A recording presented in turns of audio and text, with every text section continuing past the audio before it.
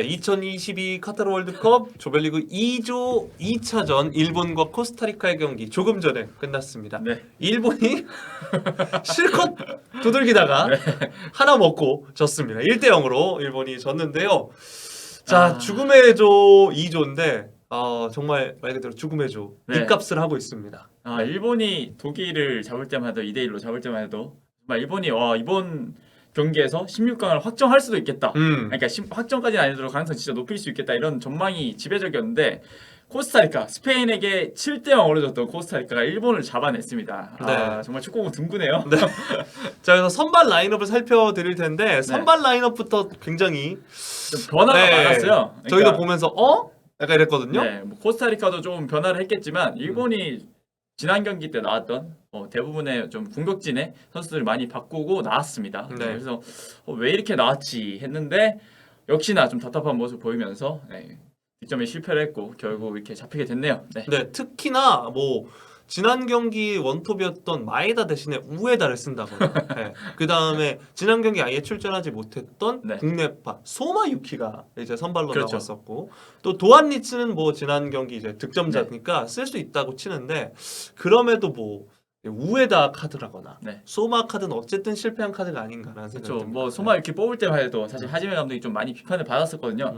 소마 이렇게 J리그에서 뭐 33경기를 뛰었지만 공격 포인트가 거의 없는 선수라서 이 선수를 왜 뽑았지? 라는 좀 의심을 좀 많이 받았습니다. 일본 뭐 언론들이나 팬들한테. 그럼에도 굳이 데리고 와서 오늘 선발로 내세웠는데 뭐 한 거 없이 이렇게 경기가 끝나고 말았습니다. 네. 자, 기록적인 면을 살펴보면 네. 코스타리카가 4전 무패였는데 네. 네. 일본이 코스타리카전 4전 네. 무패였거든요. 근데 오늘 처음으로 졌습니다. 중요한 경기에서. 네. 네. 그 코스타리카는 2002년에 중국을 이기면서 월드컵 첫 승을 거뒀어요. 그러니까 월드컵 첫 승이 아시아 팀 상대로 거둔 승리죠. 근데 이번에는 또 일본 상대로 이기게 됐습니다. 네. 그리고 또 일본은 2002년 만에, 요즘 2002년이랑 엮인 게 꽤 많은데 두 팀이 일본이 2002년에 2연승을 기록한 적이 있죠. 적이 있는데 네. 20년 만에 월드컵 2연승을 좀 노렸는데 실패하게 됐습니다. 네. 좀 이거는 달성할 가능성이 높은 네. 기록이라고 봤는데 물론 뭐 충격패를 당했네요. 아시아권 국가가 월드컵 무대에서 2연승을 한다는 것 자체가 어려운 네. 일이긴 한데 어쨌든 실패를 했고요. 자, 오늘 맨 오브 더 매치는 키셔 플러입니다. 그렇죠. 네. 뭐 저희 볼리 선정입니다. 네, 아직 공식 MOM은 나오지 않았고요. 네, 저희 볼리 선정 MOM은 키셔 플러. 오늘 라이트 백으로 나온 선수인데요. 이 선수가 후반 35분에 결승골을 넣으면서 MOM이 됐고요. 뭐 어쨌든 경기 결과를 승리를 결정지은 선수니까 이렇게 뽑을 수 있을 거고 또 수비적으로도 굉장히 뭐 좋은 활약을 했는 게 태클이나 2개를 시도했는데 다 막아냈고 측면에서 뭐 소마 유키나 이런 선수들한테 큰 돌파는 허용하지 않으면서 오늘 잘 지키면서 골도 넣었다. 그래서 MOM이 됐습니다. 게다가 이제 좀 이따 이제 경기 내용적인 면을 살펴드릴 거긴 하겠지만 그 왼발 슈팅 정말 느렸거든요. 네, 정말 거의 월드컵에서 들어간 골 중 가장 속도가 느린 슛이 아닌가. 네. 그런 그 정도의 정말 느린 슛이었는데. 네, 그 속도 느린 슛하면 그 골이 생각나요. 프랑스전 박지성 선수. 그렇죠. 약간 갈라스가 타이밍을 못 잡잖아요. 그렇죠. 네. 아무튼 그랬고요. 저희 마음속에 MOM도 사실 있습니다. 네, 저희는 경기 보면서 아마 이 선수 이름을 가장 많이 외쳤던 것 같은데 바로 코스타리카 에이스 아스널 출신 조엘 캠벨 선수를 저희는 좀 마음속으로 꼽았는데 마음속으로 꼽은 이유는 캠벨이 일단 이 경기에서 모든 공은 캠벨에게 통한다. 코스타리카가 공만 잡으면 캠벨한테 주고 캠벨이 어떻게든 지켜내고 뭐 공을 연결해주는 그런 모습을 보였거든요. 후반전에는 좀 공격적으로 올라가서 좀 좋은 모습을 보이기도 했고 고생했어요, 그냥. 네. 고생했어요 캠벨. 진짜 고생했어요 캠벨. 뭐 드리블도 드리블이고 뭐 볼 경합에서도 상당히 우위를 점했고요. 파울 정말 많이 당했습니다. 뭐 전반전 후반 중반에 확인했던 피파울 개수만 5개였으니까 정말 이날 캠벨이 굳은 역할을 모두 해주면서 좀 언성 히어로 라고 할 수 있겠습니다. 네.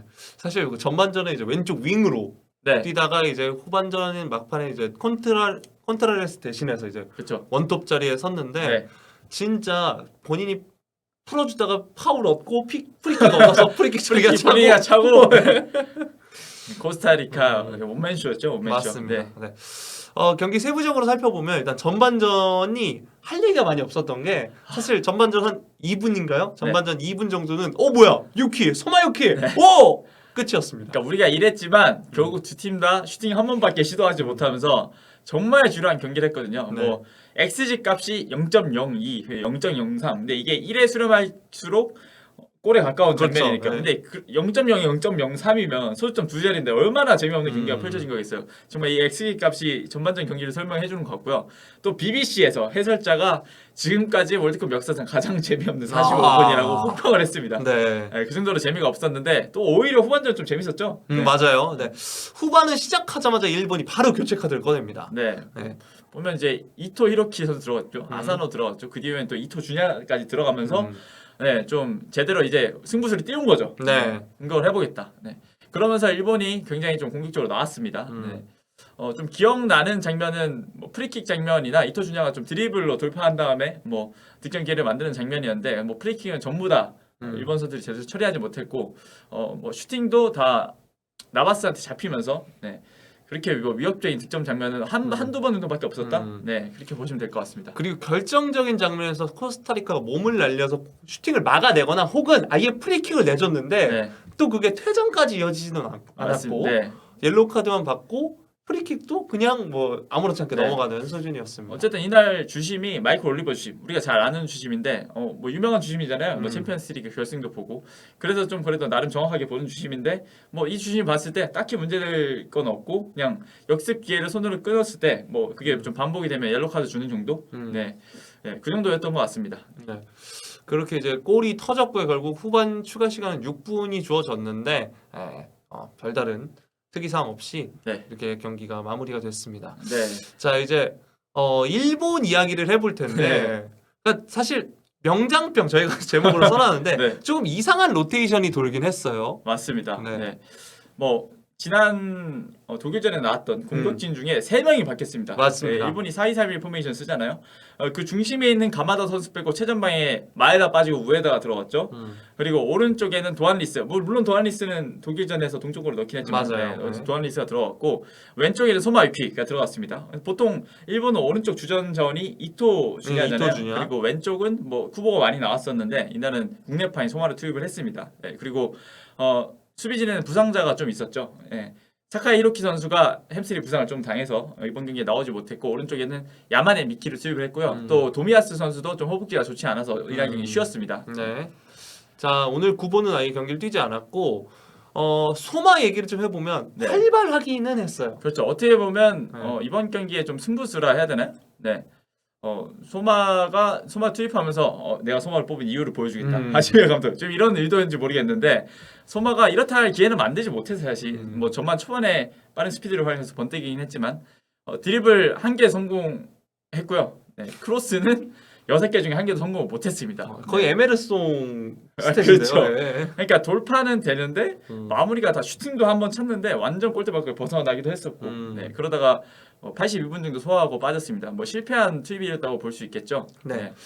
그런데 사실 뭐 소마 얘기도 했지만 저희가 이제 워스트로 꼽은 선수는 압도적으로 이 선수였습니다. 쟤 왜 이래? 네. 뭐 이런 말이 많이 나오는데 네. 바로 가마다 다이치 선수. 네. 사실 이 가마다가 일본 축구 대표팀의 공격진 에이스라고 봐야 되죠. 그렇죠. 아니 심지어 토트넘을 상대로도 그렇죠. 골을 넣었던 선수니까요. 네, 올 시즌 프랑크푸르트에서 7골인가요? 네, 굉장히 초반에 득점력을 보여주고 있었는데 오히려 월드컵을 앞두고 폼이 좀 떨어진 것 같아요. 오늘 경기에서는 진짜 패스 미스를 몇 개 했는지 세리지 못할 정도로 정말 많았고 볼도 많이 빼앗겼습니다. 총 3회 빼앗겼고 네, 그리고 그 결정적인 후반전에 찾아왔던 그 결정적인 기회 있잖아요. 네. 후반 43분경에 막 혼전 상황에서 가마다가 슈팅을 했는데 그게 나바스한테 막혔습니다. 맞아요. 네, 사실 그게 가장 XG값, 네, 가장 골에 가까웠던 기회였던 것 같은데 그것도 못 살리면서 좀 이번 경기에서 일본의 좀 최악의 선수 중 한 명이었다. 네, 라고 볼 수 있겠습니다.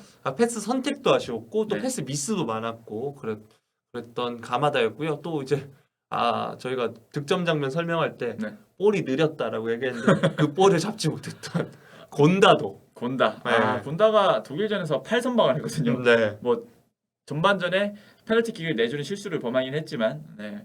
어쨌든 후반전에 8선방을 했으니까 네, MOM으로 꼽힐만 했는데 이번 경기에서는 뭐 몸이 안 풀렸나요?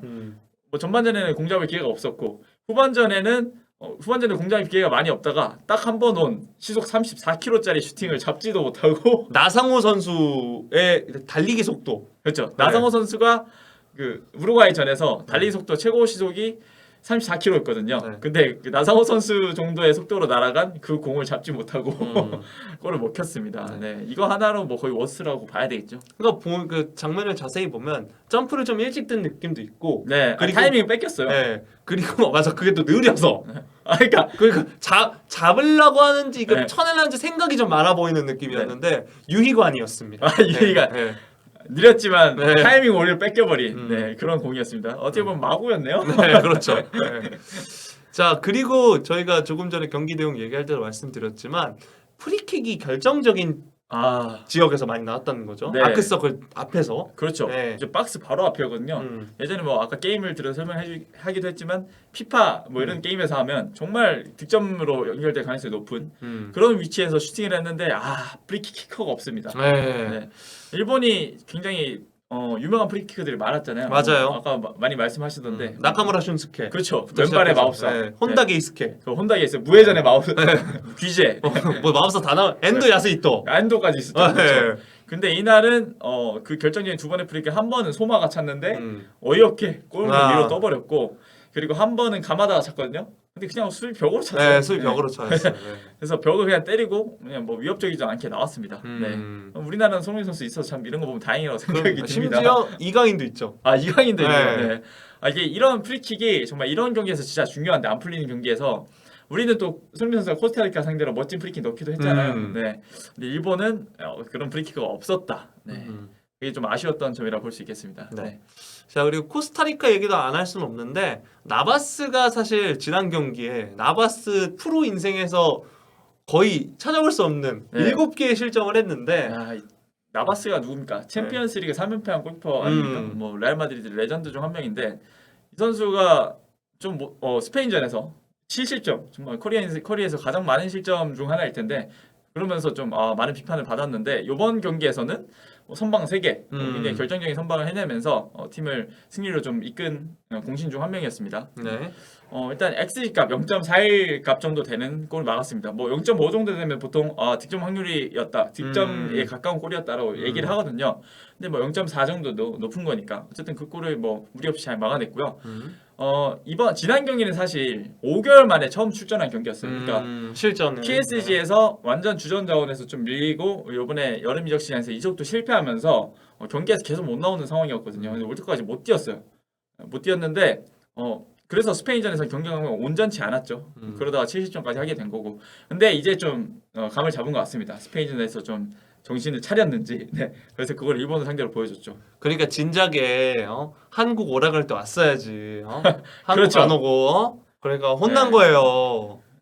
아무튼 네. 자 2조 상황이 이래서 복잡하게 흘러가고 있습니다. 물론 이제 스페인과 독일 경기 아직 남아 있긴 한데 2차전이 자 지금까지의 테이블을 한번 살펴보면 네. 1위가 스페인 일단 있죠. 뭐 네. 7대5로 이겼으니까. 그렇죠. 이겼어요. 득실 네. 이제 플러스 마이너스 해서 플러스 7. 그렇죠. 플러스 7. 네. 뭐 한 경기밖에 아닌데 아직 1위를 유지를 하고 있고 2위는 일본이긴 한데 1승 1패. 그리고 3위는 코스타리카. 물론 70점을 했으니까 이번에 좀 한 골 정도밖에 또 넣지 못했고 그렇죠. 네, 마이너스 그렇긴 하지만 6이죠. 승점은 일본이랑 같다는 거. 네. 네, 3위에 있고요. 독일은 아직 스페인과 경기를 하지 않았지만 승점이 없기 때문에 4위에 위치해 있습니다. 네. 네, 뭐 우리가 죽음의 조라고 할 만한 한 대로 그대로 이런 테이블이 다 펼쳐지고 있는데 스페인이 오늘 질 경우에는 1승 1패 대혼돈 상황이 벌어집니다. 맞습니다. 네. 네. 모든 팀이 1승 1패씩. 네. 그럴 경우에 뭐 골드실이 그래도 높은 스페인이 유리하겠죠. 네. 만약 오늘 스페인이 이기면 스페인은 16강 진출이 거의 확정적이고 독일은 탈락 가능성이 높아집니다. 물론 마지막 경기에서 독일과 코스타리카가 붙어서 독일이 이기면서 뭐 1승 2패. 일본이 또 스페인을 상대하잖아요. 네. 그러면 뭐 스페인이 3승으로 올라가고 나머지 세 팀이 1승 2패로 경쟁을 할 수 있겠지만 뭐 골득실이나 뭐 이런 심지어는 페어플레이까지 봐야 될 수도 있다는 거. 네. 변수가 굉장히 많습니다. 사실 일본이 페어플레이로 올라간 적도 있기 때문에 네, 그렇죠. 네. 그 당장 러시아 월드컵에서 페어플레이로 올라갔었죠. 네. 자, 뭐 또 스페인이 일본을 얼마나 뚜까 패는지도 또 모르기 때문에 그렇죠. 같은 스타일의 최강팀 어떻게 보면 형님 한테 좀 어떤 경기를 펼칠지 궁금합니다. 그래서 내일 새벽에 이 영상이 업로드될 때쯤이면은 아마 그 경기도 끝나 있을 것 같긴 한데 네. 뭐 더 재밌게 흘러가지 않을까 싶습니다. 네. 생각보다 재미없었거든요. 경기는. 근데 막판에 꿀잼이 됐어요. 막판 저희가 얼마나 재미가 없었으면 성대모사는 하면서 보고 있었거든요. 개인기만 하다가 75분 동안 네. 막판 15분이 정말 재밌었습니다. 네. 어쨌든 2조 자체는 굉장히 재밌는 조라는 거 말씀드리면서 포토크 마무리하겠습니다.